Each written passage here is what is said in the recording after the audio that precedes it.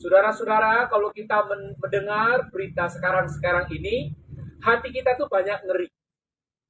Tadi pagi saya lihat di Twitter itu ada kabar. Di Korea ada peristiwa malam Halloween. Mereka berkumpul di jalan raya namanya apa namanya Ikun atau apa itu. Lalu yang terjadi apa? Mereka kehabisan oksigen. Dan yang mati lebih daripada 140 orang. Lalu saya dapat kabar lagi hari ini di Mogadishu. Ada bom mobil meledak dan ada 100 orang lebih yang meninggal. Dari situ kita bisa berkesimpulan bahwa maut itu bisa datang kepada kita kapan saja. Betul ya? Contoh yang orang-orang yang pengen merayakan Halloween itu, mereka pakai kostum yang aneh-aneh karena mereka berpikir ini malam kita bersuka cita. Tapi justru yang terjadi mereka mati. Nah, pertanyaannya bagi kita sekarang, kalau hari ini Tuhan memanggil kita, nyawa kita ditutupkan oleh Tuhan, kita akan pergi kemana? Banyak di antara kita akan berpikir, saya pasti akan masuk neraka. Kenapa aku masuk neraka? Karena aku penuh dengan dosa. Karena hidupku penuh dengan kenajisan. Karena hidupku penuh kekotoran. Karena hidupku penuh ketidakbenaran. Banyak di antara kita yang tidak berani memastikan kalau aku mati pasti masuk surga. Karena apa? Karena kita melihat dan menelisik pikiran, hati, dan perbuatan kita yang selalu penuh dengan kesalahan dan cacat celah. Kabar baik bagi kita hari ini. Tuhan Yesus datang ke dunia bukan untuk mencari orang yang benar. Tuhan Yesus datang ke dunia bukan untuk mencari orang yang sempurna. Tuhan Yesus datang ke dunia bukan untuk mencari orang yang tanpa cacat dan celah. Mari perhatikan teks kita di ayat yang ke-10. Apa maksud daripada Tuhan Yesus datang ke dalam dunia? 1, 2, 3. Sebab anak manusia datang untuk mencari dan menyelamatkan yang hilang. Inilah kabar baik malam hari ini untuk kita semua. Sekaligus sebagai malam refleksi bagi kita semua. Bahwa kedatangan Kristus ke dunia hanya punya satu tujuan, hanya punya satu proyek. Untuk mencari dan menyelamatkan yang hilang. Bukan yang lain.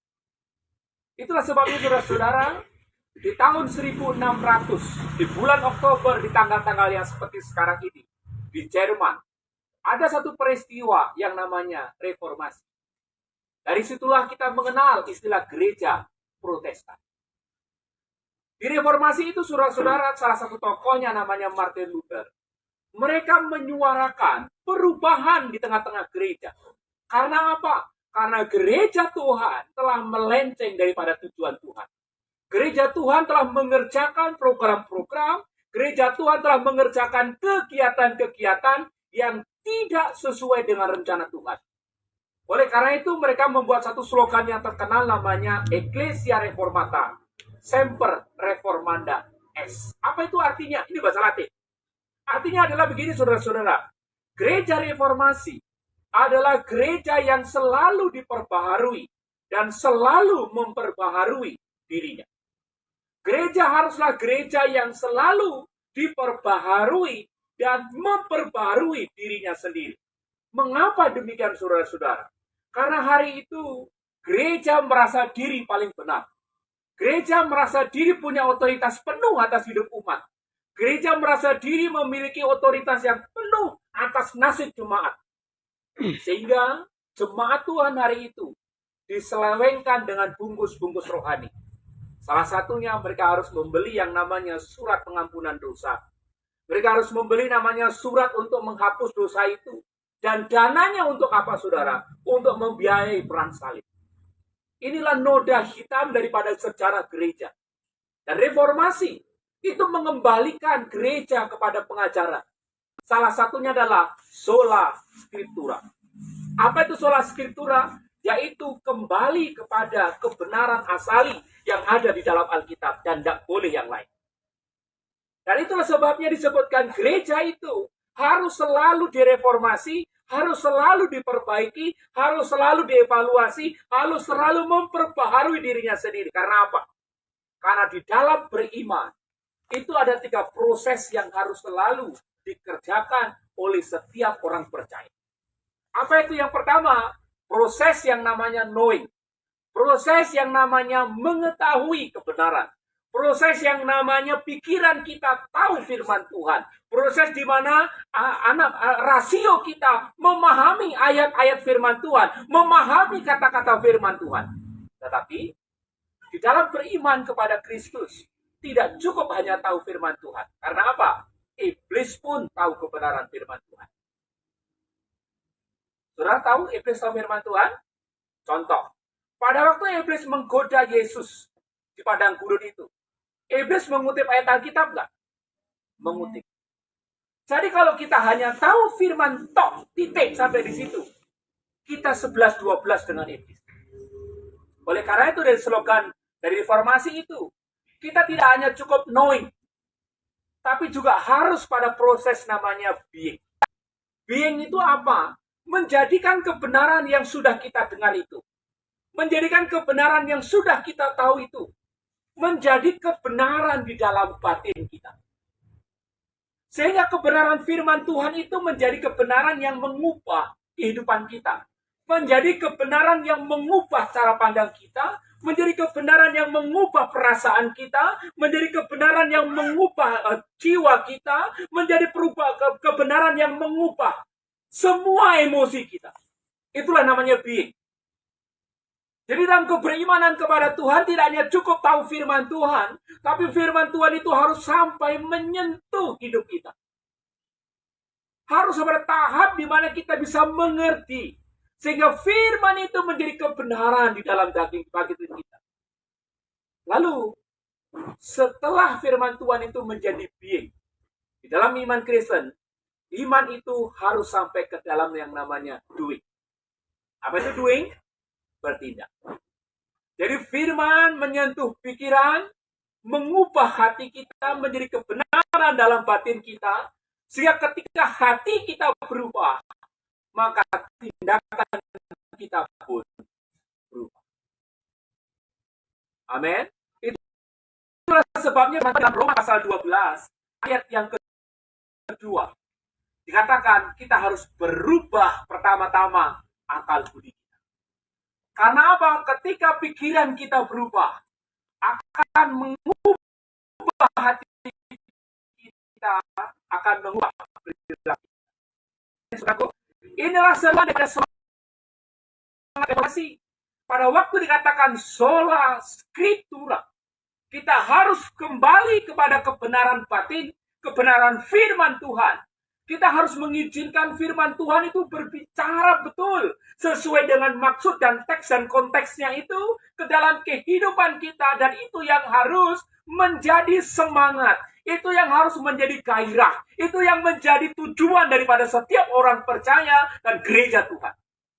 Ketika saya mengatakan gereja Tuhan, bukan saya berbicara tentang gedung, saya tidak berbicara tentang pendetanya, saya tidak berbicara tentang liturginya, saya tidak berbicara tentang alat musiknya. Tapi ketika saya berbicara gereja Tuhan, saya berbicara tentang setiap orang yang percaya kepada Tuhan. Amin.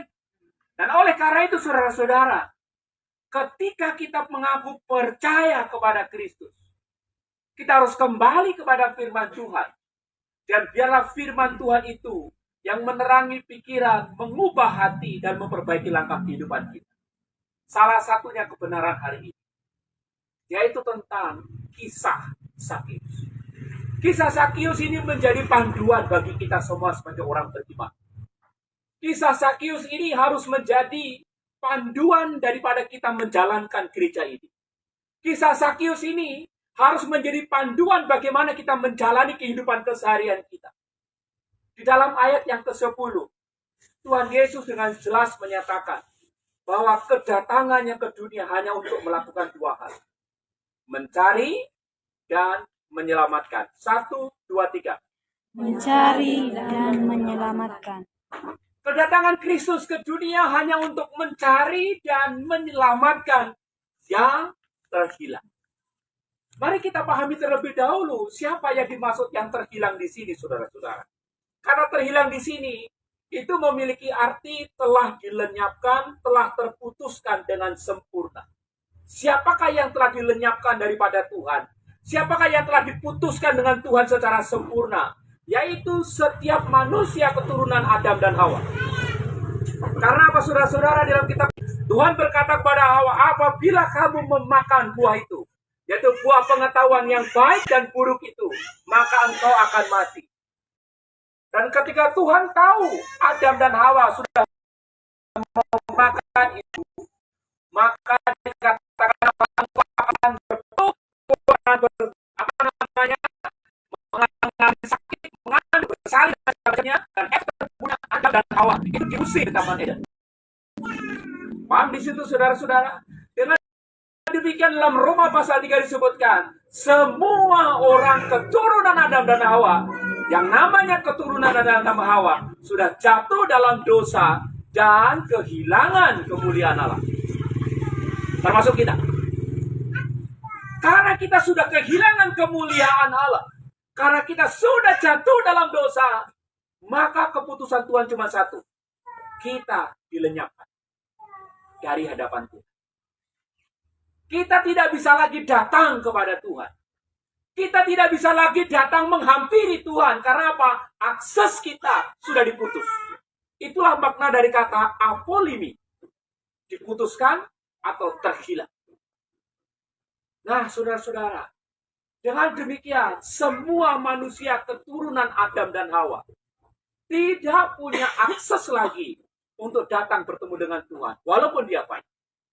Walaupun dia rajin ibadah. Walaupun dia rajin mengerjakan kegiatan-kegiatan sosial. Tapi dia tidak bisa datang kepada Tuhan.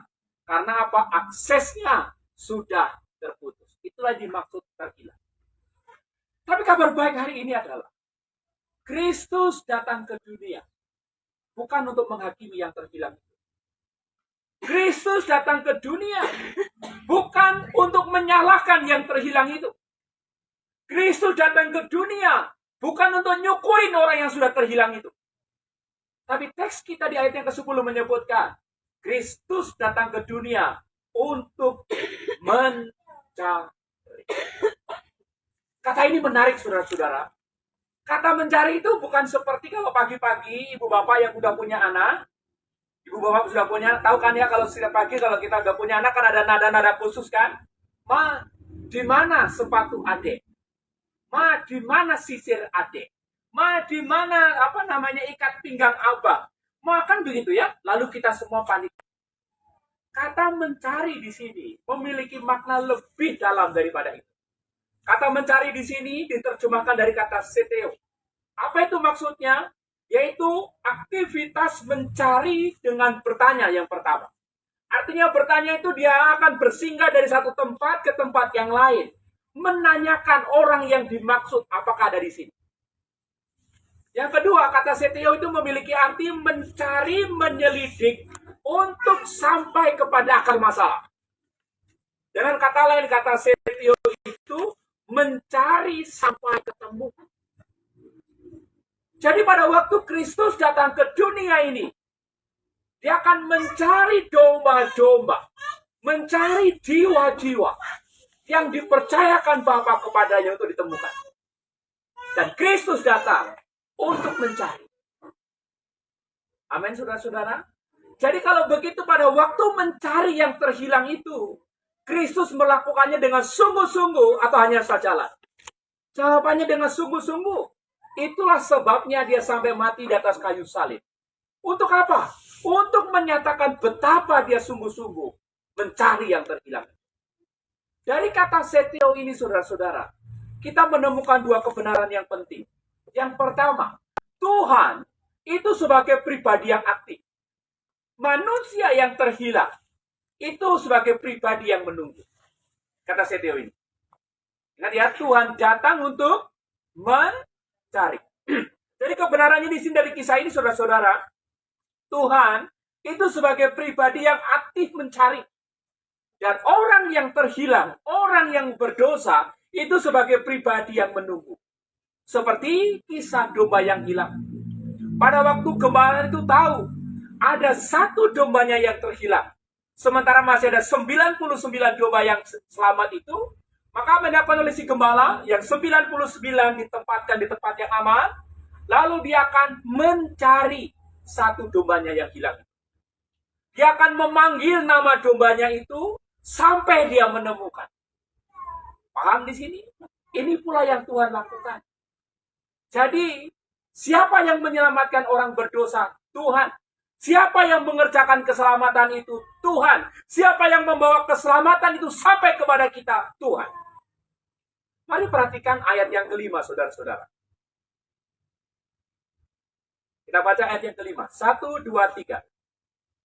Ketika Yesus sampai ke tempat itu,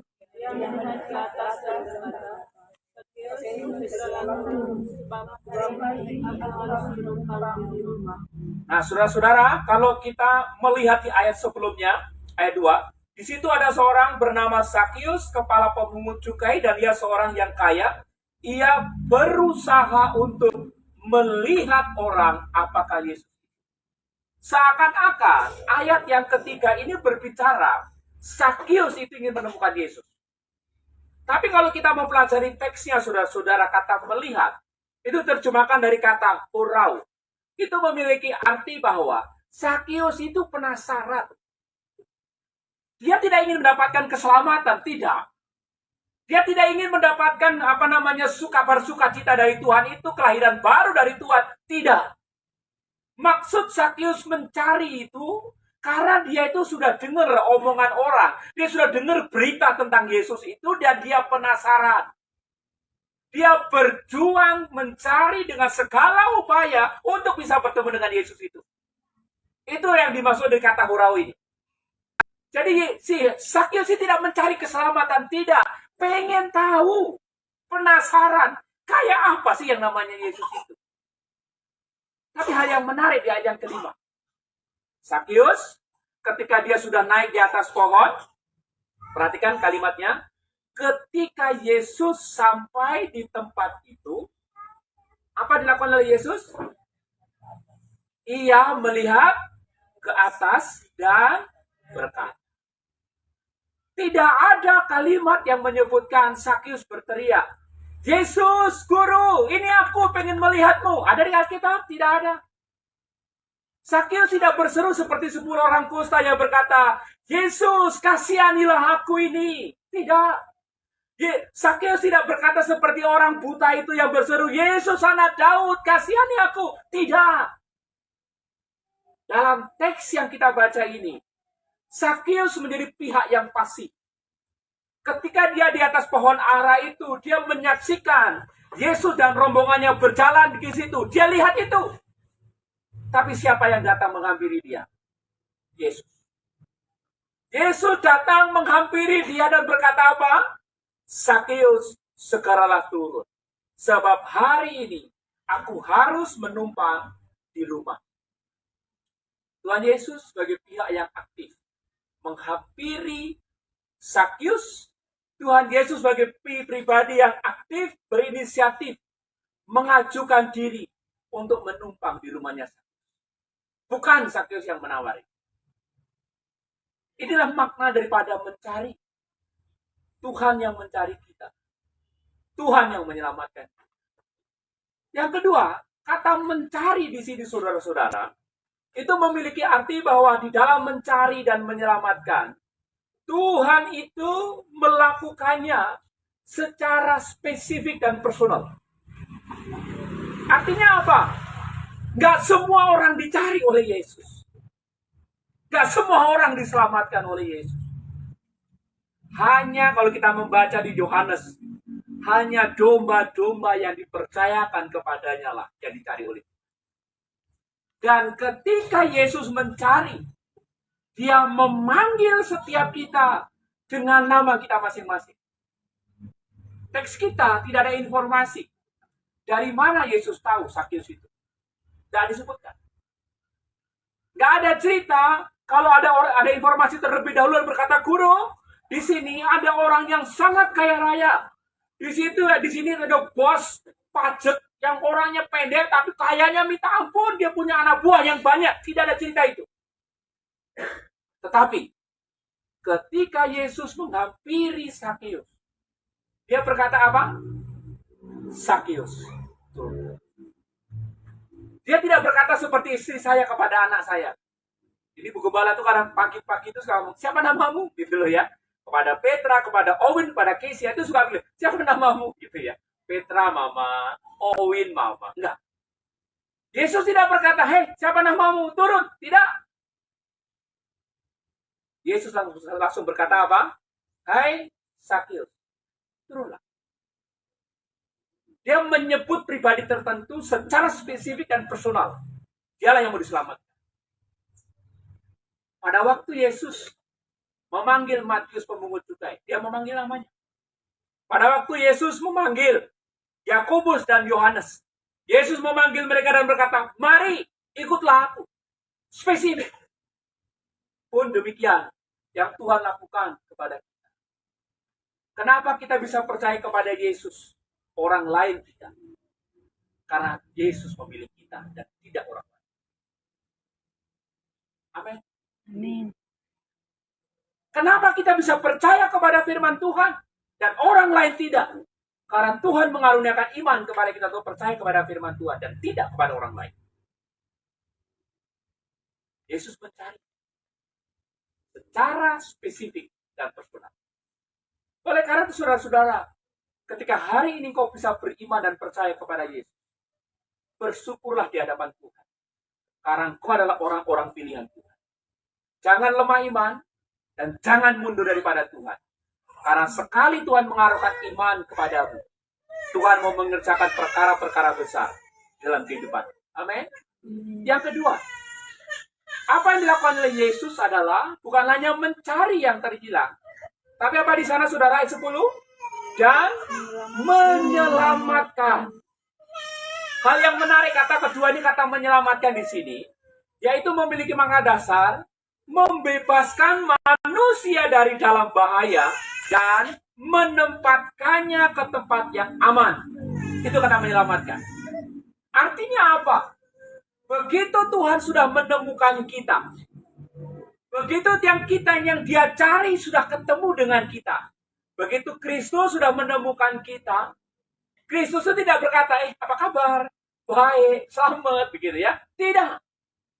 Yesus tahu, ketika Kristus itu menemukan kita, dia segera memindah kita dari posisi kita kepada posisi Tuhan. Karena apa? Pada waktu kita belum ditemukan oleh dosa, Tuhan, kita sedang ada di bawah kuasa dosa. Sebelum kita ditemukan oleh Kristus, hidup kita di dalam kuasa kegelapan. Hidup kita di bawah rengkuhan kuasa maut. Itulah bahaya terbesar kita. Sehingga kalau kita mati, pastilah masuk neraka. Dan ketika Kristus sudah mencari kita, dan Kristus menemukan kita, apa yang dilakukan oleh Kristus? Mengambil kita dan menempatkan kita di tempat yang aman. Itulah yang dimaksud kata menyelamatkan. Sekali lagi, pihak yang aktif siapa di sini? Kristus. Sekali lagi, seperti gembala dengan dombanya. Ketika gembala itu menemukan dombanya yang terhilang, gembala itu segera mengambil dombanya, masih ingat? Menaruhkannya di mana? Di punggungnya, lalu dibawalah. Itu yang disebut kata menyelamatkan. Kristus datang untuk mencari dan menyelamatkan yang terhilang. Lalu saudara-saudara, mari kita pelajari lebih dalam lagi. Kata ini saudara-saudara, baik kata mencari dan kata menyelamatkan, itu dituliskan dalam bentuk namanya verb aorist indikatif aktif. Itu artinya, dulu 2000 tahun yang lalu, ketika firman Tuhan ini ditulis, itulah proyek Tuhan. Mencari dan menyelamatkan yang terhilang. Sekarang, itu masih berlaku. Dulu Kristus datang untuk mencari dan menyelamatkan yang terhilang. Sampai hari ini, proyek itu masih dikerjakan oleh Tuhan. Dan itu yang harus menjadi proyek kita. Kenapa? Mari kita buka Efesus. Alkitab kita kasih tanda, lalu kita baca Efesus pasal 1, ayat yang ke-20. 1.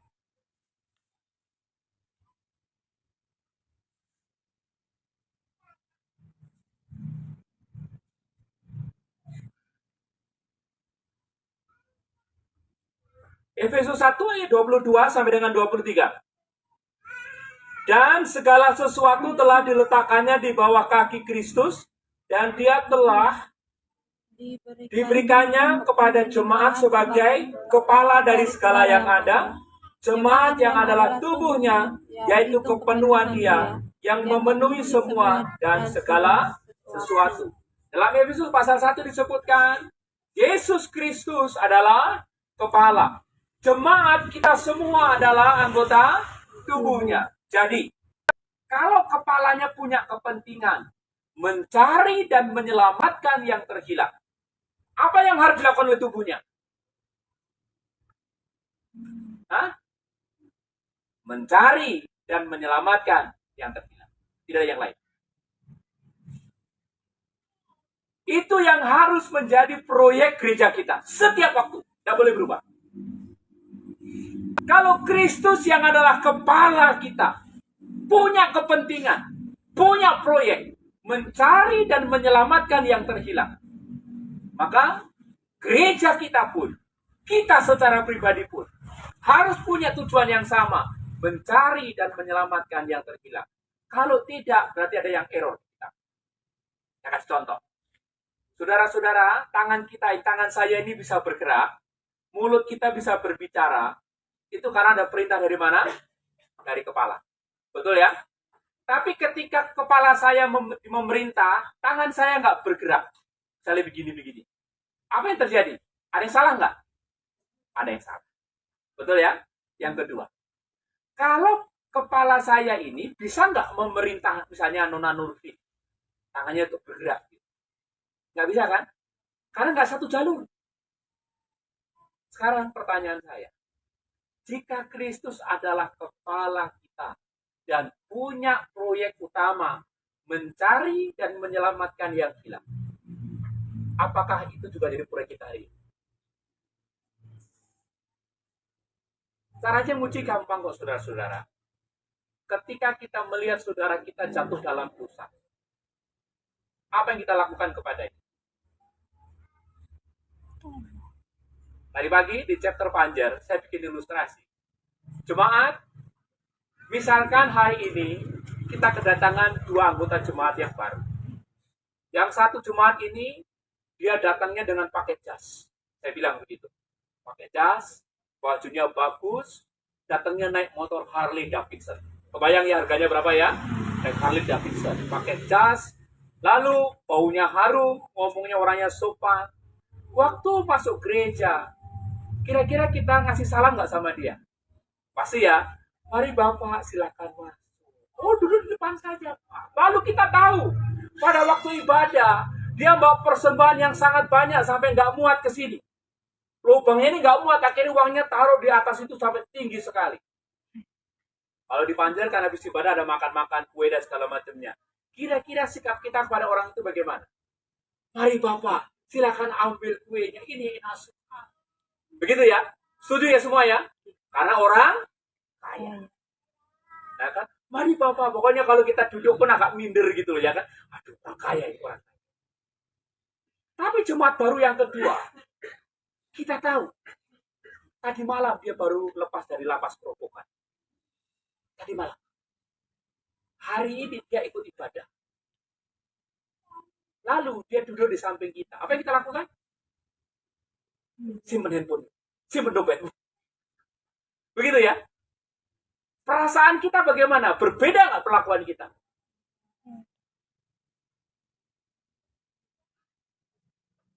Berbeda nggak? Berbeda. Berbeda. Pertanyaannya, dua-duanya di hadapan Tuhan sama nggak?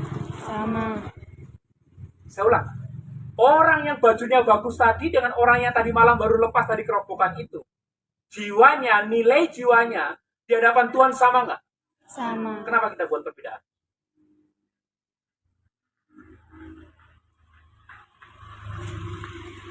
Karena kita nggak punya percaya kepada Yesus, tapi hidup dengan sistem kita sendiri. harus berdoa.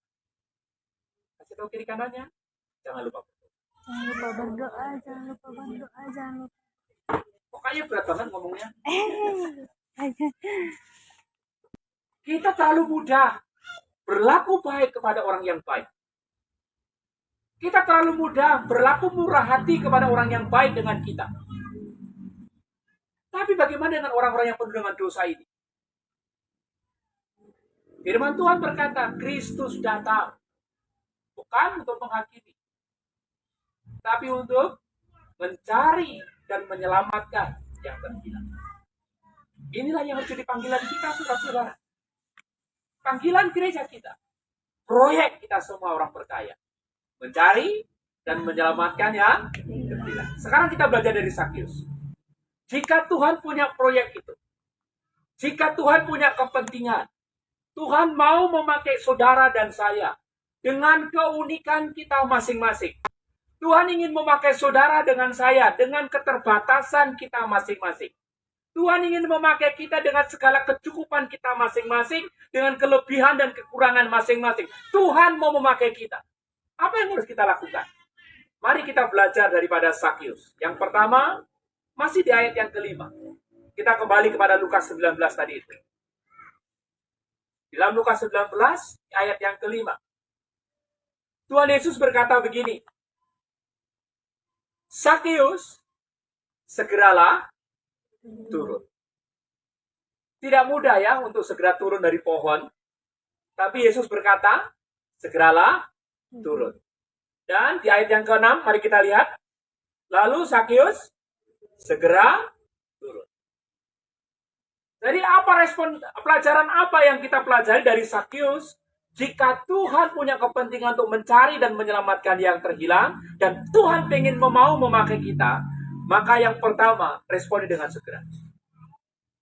Jangan ditunda-tunda.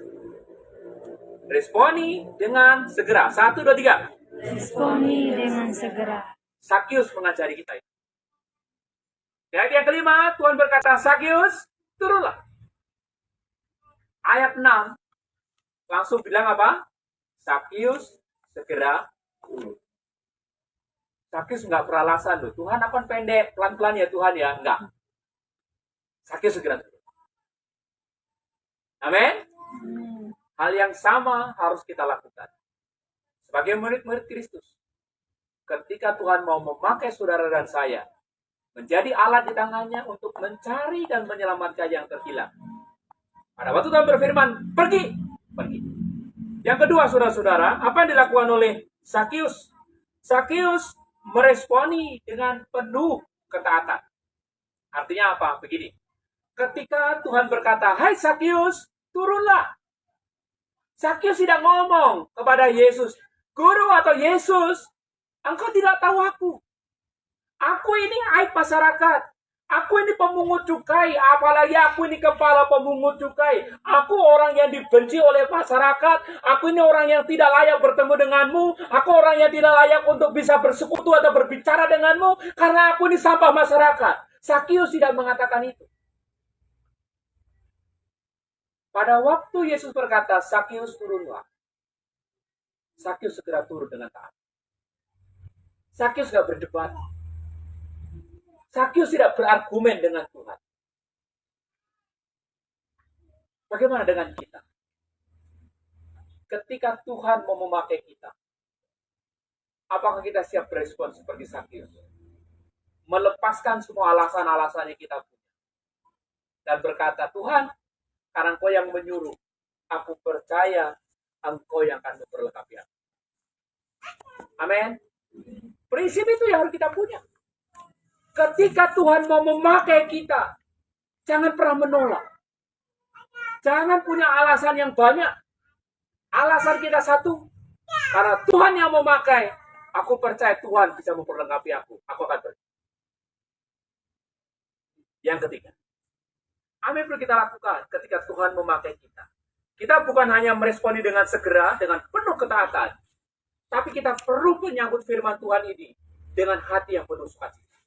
Perhatikan ayat yang ke-6, saudara-saudara.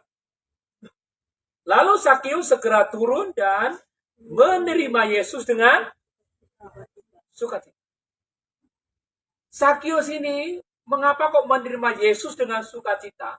Karena kalau dalam istilah bahasa Indonesia, Sakius itu mendapatkan durian runtuh.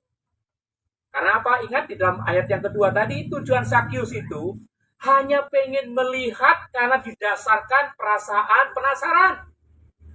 Sekarang Yesus dikatakan, aku akan menumpang di rumahmu.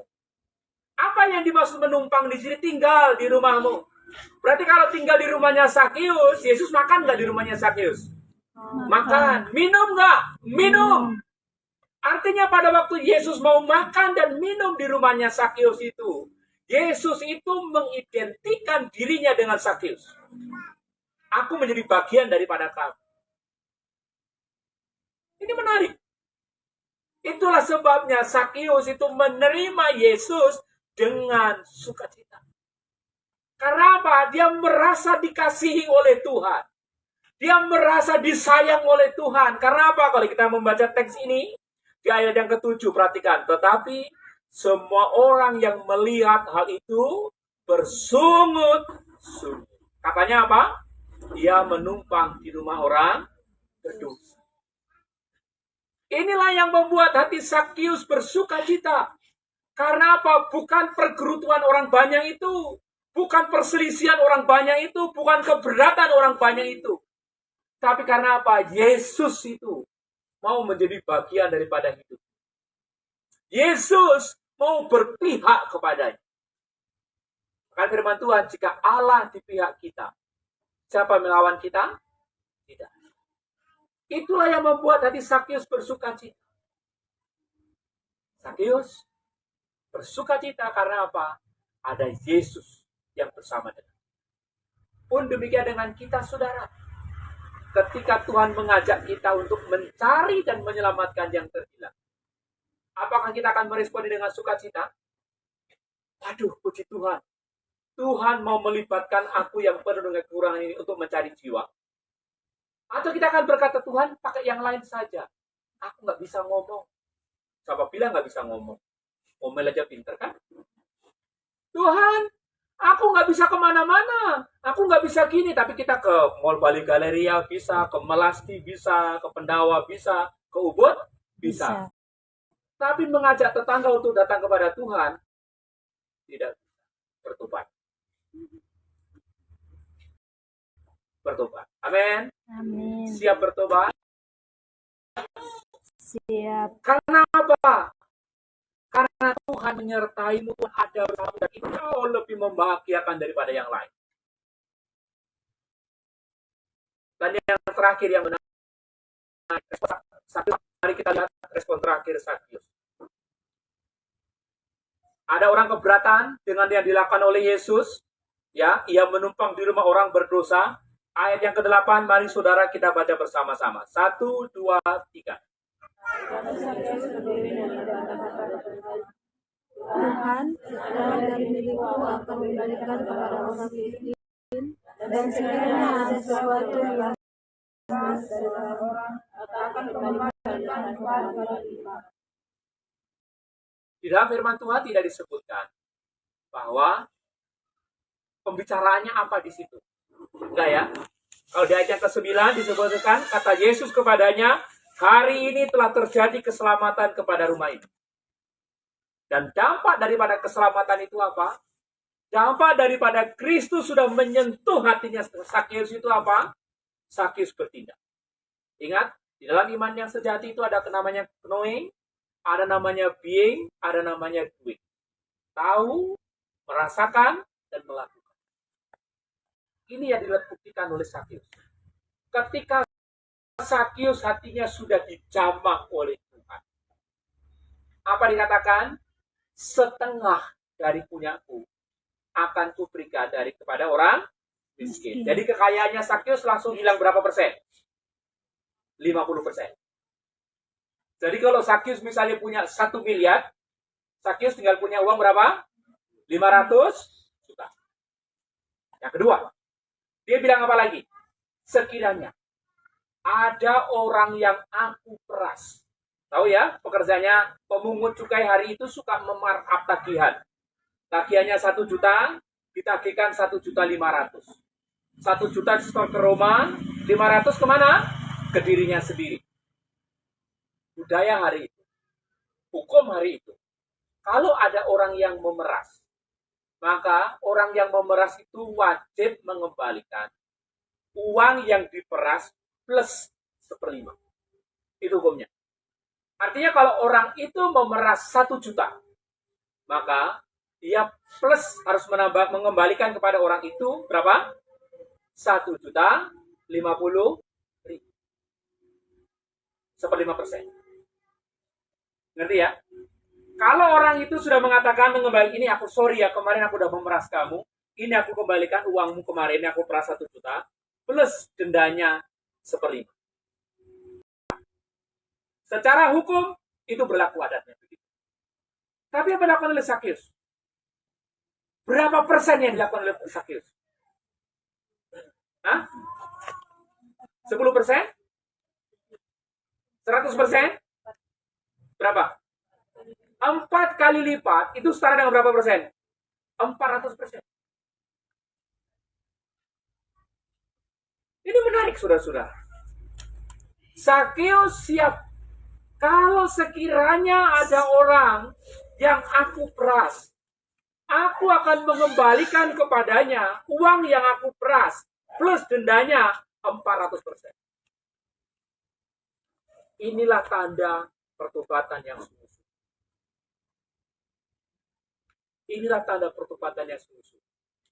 Dari pribadi yang cinta uang, menjadi pribadi yang cinta Tuhan. Sehingga dia tidak lagi diperbudak oleh uangnya itu. Tapi dia pakai uangnya itu untuk memuliakan Tuhan. Inilah pelajaran dari Sakius. Sakius hanya bisa mengembalikan 1/5 dan itu secara adat selesai. Secara tradisi itu selesai. Tapi Sakius mengembalikan 400%. Saudaraku yang dikasih oleh Tuhan, ketika saya menggumuli bagian ini, saya tersentuh hati saya. Apakah kita punya iman yang seradikal Sakius ini? Ketika kita meresponi panggilan Tuhan. Apakah kita siap mengorbankan apa saja yang kita punya untuk membuktikan betapa Tuhan sudah mengubah kehidupan kita? Apakah kita siap melepaskan apa yang melekat di dalam kehidupan kita untuk membuktikan kepada Tuhan bahwa Yesus Kristus itu satu-satunya dalam hidupku yang paling berharga? Hari ini saya mengajak kita semua untuk mulai memikirkan kebenaran ini. Kristus tidak punya proyek yang lain dalam kehidupan kita selain Dia ingin memakai kita mencari dan menyelamatkan yang terhilang. Apakah kita mau membuka hati kita dan berkata, Tuhan, apapun yang aku punya, jika itu bisa membuat aku mencari dan menemukan orang yang terhilang dan membawanya kepadamu, aku mau melakukan. Atau kita menjadi seperti orang muda yang kaya di kisah yang sebelumnya. Kita akan pergi meninggalkan Yesus karena uang kita banyak, karena harta kita banyak, karena kepentingan kita banyak. Malam hari ini sebagai hamba Tuhan, saya mengajak kita semua untuk meladani Sakius ini. Mari kita responi firman Tuhan dengan segera, dengan penuh ketaatan, dengan hati yang penuh dengan sukacita, dan disertai dengan pertobatan yang nyata. Mari kita berdoa.